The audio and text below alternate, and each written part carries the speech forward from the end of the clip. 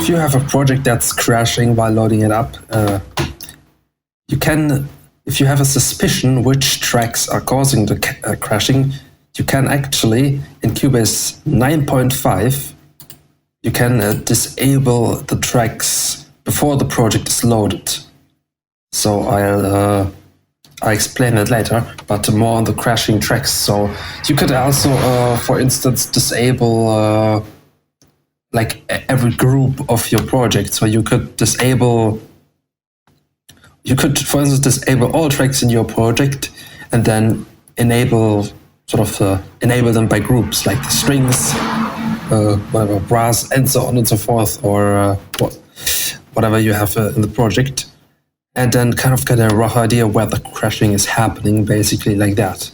So, unfortunately, this only works in Cubase 9.5 and previous versions, I think. No, I'm actually using Cubase 11, and they kind of removed it in Cubase 10, I think. They removed that ability that I'm now going to show. So, Cubase 9.5, let's open it up. What we can do here is we could create an empty project. No idea why it isn't just showing it, but here we go. And then it's a kind of a weird way of opening it. You can't just click on the project file because then it's gonna open the one you're actually using. Like I'm using Cubase 11, so I have that associated with the Cubase 11. So if I'm just gonna click that, it's gonna open Cubase 11 on the sides. Like then I have these two versions open. But instead I'm dragging that project file here, and it's kind of fuzzy, and you have to kind of drag that here up at this bar till you get this plus sign. Like here it doesn't work for whatever reason. It's very, very elegant. And here it works. Okay, let's now stop holding the click down and it's gonna open it. So what you're now gonna choose is, do you want to activate the project? No.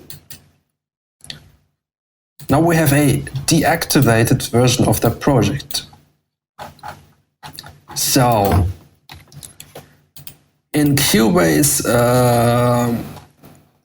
11 and 10, I think, you are not able to edit these tracks. You're, for instance, not able to disable tracks, at least in Cubase 11. I think in 10 too, I remember it being very annoying because it's a great solution to save projects. So we can do that here. So if I have an idea what is causing the crashing, that's obviously super useful, isn't it?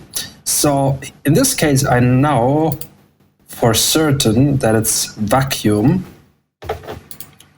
for almost certain at least, because it stops crashing when I delete the file.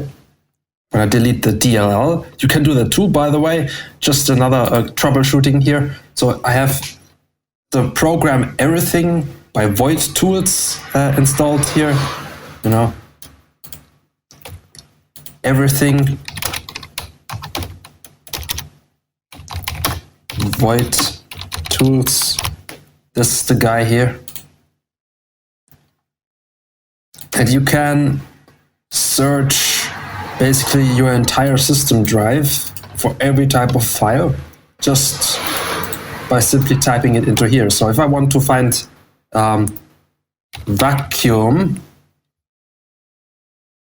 the file for vacuum is usually called either DLL, so that's the shortcut for plugin files, DLL on Windows. I'm only familiar with Windows, but there should be something similar like that for Mac too, or VST3.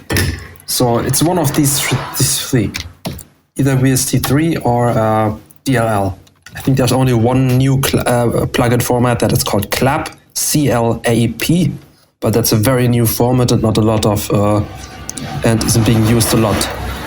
So usually you're gonna find your plugin like that, and you could delete it to troubleshoot if you suspect it's causing the problem. But let's just continue with the disabling the project.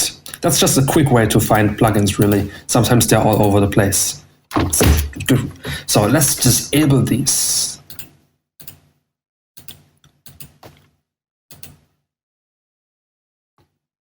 So, disable. So I'm gonna keep these selected. So when well, one thing at a time, I'm saving the project with the disabled tracks. And so I'm just keeping these disabled because then I can just right click and disable them once the project has loaded. So, and here it is. The project has loaded up and we have the disabled vacuum instances here. Now I can enable them. So don't ask me why it's only crashing while loading it, but seems to be how it is. Now and that's it. It's as simple as that. I don't know why they've removed that in in the new version. What you can do now is use the import tracks function, but that's just much more complicated somehow. I mean, you would just have to import every track except certain tracks, you know, that you suspect might be causing the problem. I mean, that's just kind of more complicated in a way than just disabling them before loading the project, especially since you will have to rebuild your